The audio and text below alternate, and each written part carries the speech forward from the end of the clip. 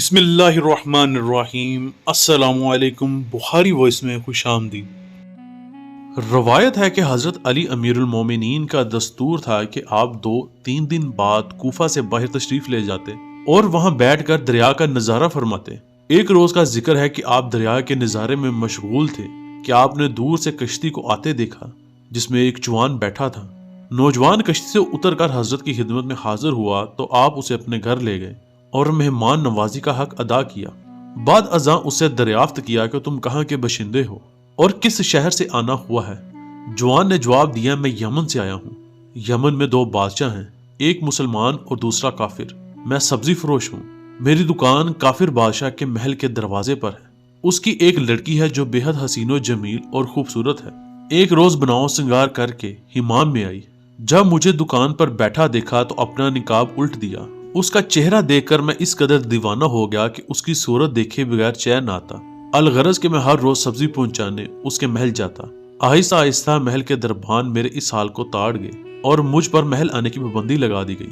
اس ممانت پر میں پکار اٹھا، گربان چاک کر ڈالا۔ کسی بے درد نے محل کے بادشاہ کو خبر دی کہ محلے کا سبزی فروش آپ کی دختر نے اختر پر عاشق ہو گیا ہے اور رسوائی تک نوبت پہنچ گئی ہے۔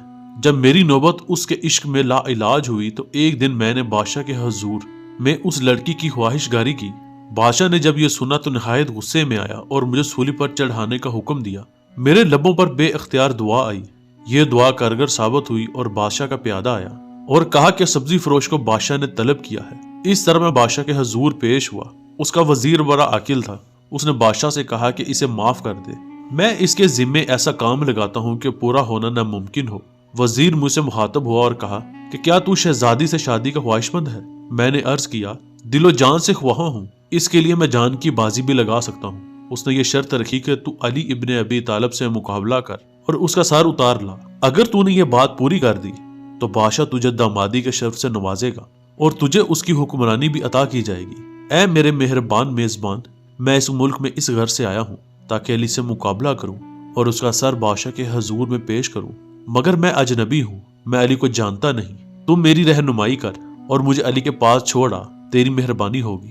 امیر المومنین نے فرمایا، یہ کام تو بہت آسان ہے، میں تیری رہنمائی کروں گا اور تجھے اس کرب سے نجات دلاؤں گا۔ اگر تو مجھے دریا کے کنارے کہہ دیتا تو تیری حاجت وہیں پوری کر دیتا۔ آپ اس اجنبی کو لے کر دریا کی طرف روانہ ہوئے۔ کنارے پر پہنچ کر اپنی ذوالفقار اجنبی کے ہاتھ میں دی اور فرمایا، میرا سر کاٹ لے، میں ہی علی ابن ابی طالب ہوں۔ یہ دیکھ کر وہ حیران رہ گیا، فوراً تلوار چھوڑی اور آپ کے قدموں میں گر کر عرض کرنے لگا، آپ جیسے بلند و اعلیٰ اخلاق کے مالک پر ایک تو کیا 1000 شہزادیاں قربان کرنے کو تیار ہوں۔ میں نے آج سے اس شہزادی کا خیال دل سے نکال دیا۔ میں دل و جان سے آپ کا غلام ہوں، میں آپ کا ساتھ چھوڑ کر کبھی نہ جاؤں گا۔ یہ آپ کے وہ بلند اخلاق تھے جس سے آپ کے دشمن بھی آپ کے گرویدہ بن جاتے ہیں۔ اللہ مجھے اور آپ کو آسانیاں عطا کرے اور آسانیاں تقسیم کرنے کی توفیق عطا فرمائے، آمین۔